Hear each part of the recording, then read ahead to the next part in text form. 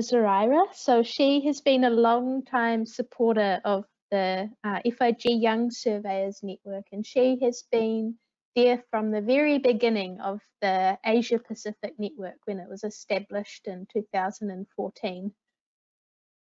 So she is currently a surveyor for the mapping, survey and mapping department in Malaysia, and she will be sharing her presentation on the importance of innovating to adapt and becoming relevant surveyors. So I'm hoping all of the attendees are seeing the common theme here in this last session. So I will hand over the presentation to you. One moment. And we should be good to go.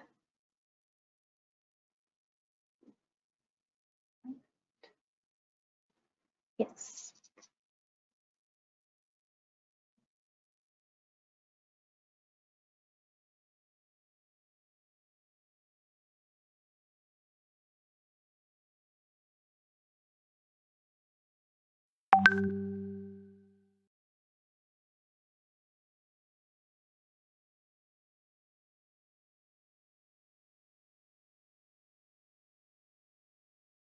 Hello everyone. Can everyone see my screen at the moment?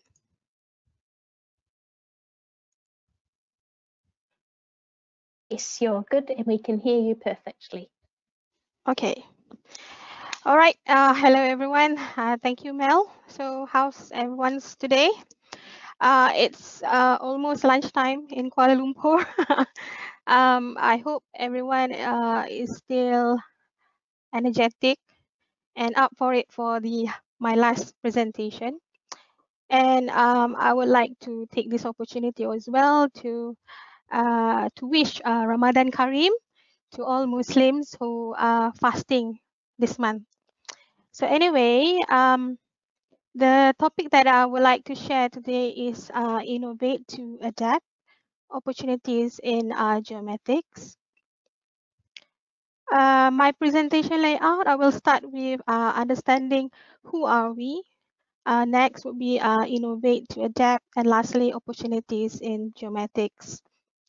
So before I start my presentation, some brief info of myself. Basically, I'm a surveyor at the Department of Survey and Mapping Malaysia, and I have more than 10 years of experience in the cadastral domain and actively in cadastral innovative projects in Malaysia.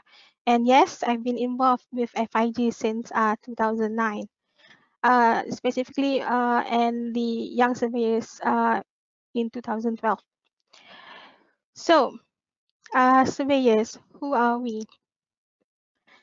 According to records, we are among the oldest profession in the world because since the very beginning, all ancient societies have practiced survey and clearly evident during the ancient Egypt.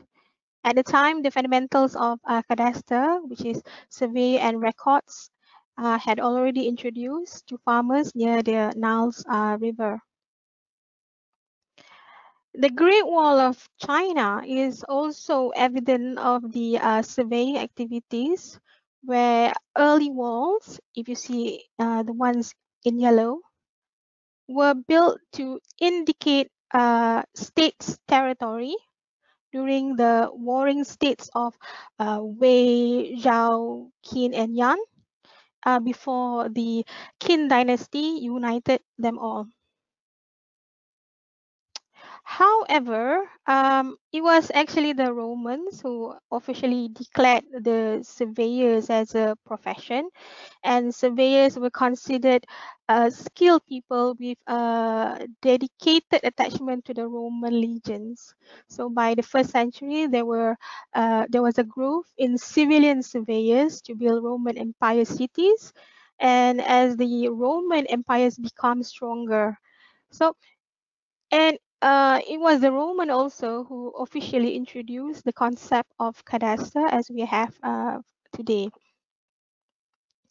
So as we all know, surveying involves field work and office work for map production or plan production.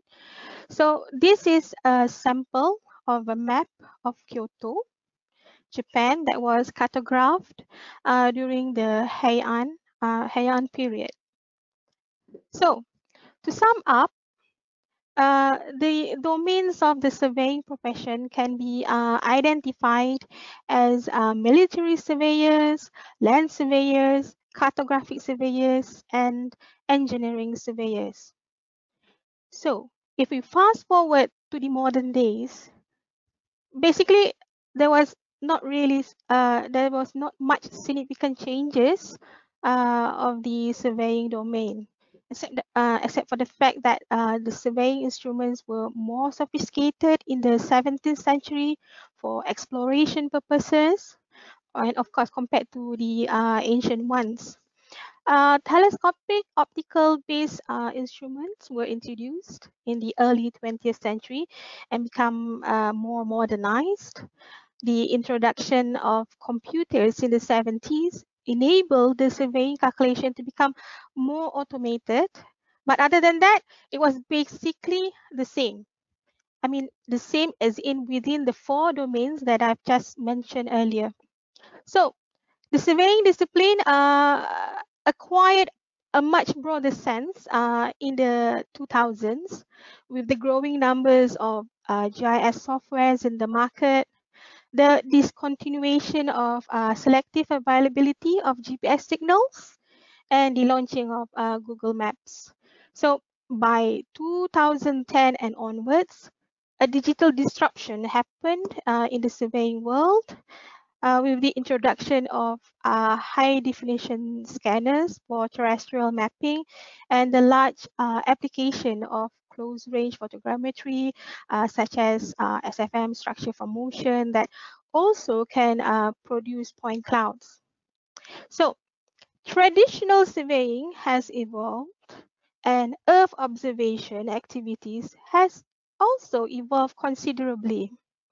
So the question is, are we to remain status quo? All right, so we need to innovate and to adapt. With the advent of geomatics technologies, digital disruption is inevitable and can be applied to other areas. Okay, so there's geospatial big data, the scan to beam, in-user geolocation, and 3D modeling are some of the samples occurred through this disruption. So what we need to do is we need to adapt by making sense of the geodata sets that are available because of the digital disruption. For example, the cadastral parcel, the digital terrain model, the oblique images, the vectors, and so on, that we surveyors can produce with current geometric technologies. So by making sense of all the data, we can identify what non-traditional surveying areas we could embark, okay, to remain professionally relevant. So what are the opportunities in geomatics? So you wonder? So my answer would be, we can grasp all opportunities that geomatics have to offer in any areas, provided we play our role and address the fundamental of surveying to our users or to our clients or to our friends. Basically, I have listed 10 roles that we can offer, but I would like to highlight a few. So fundamentally, no one understands measurement, datums, coordinate reference systems, and yet able to maintain the integrity of the survey like surveyors do. And as a matter of fact, the surveying profession now practically covers any application requiring the legal traceability and knowledge of dimension, shape, and location. So we can illustrate, okay?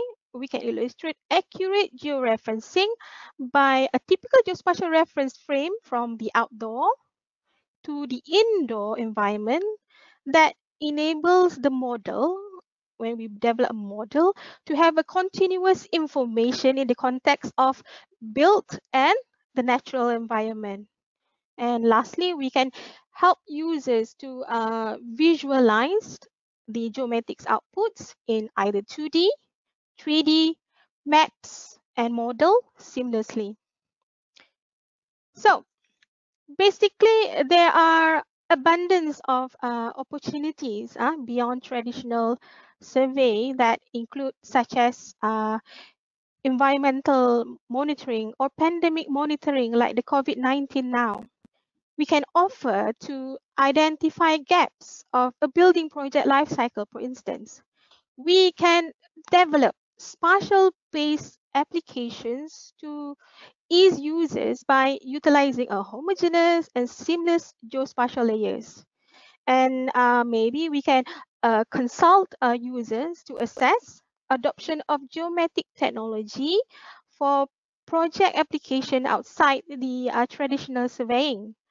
Like, for example, maybe for cinematic 3D visual effects or maybe on archaeology. So now with COVID-19 pandemic around the world, we are literally adapting to the new norm.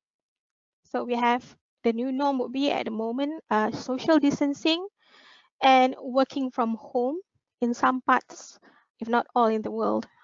So therefore, I would really encourage young surveyors to continuously develop our skill, your skill, by attending via online free short online courses, for example, technology update webinars, free trainings such as from Esri Academy and so on, and participate in other soft skill courses, including the ones that from United Nations, for example, on the SDG, yeah, on the Sustainable Development Goals, and from WHO, especially on the COVID-19.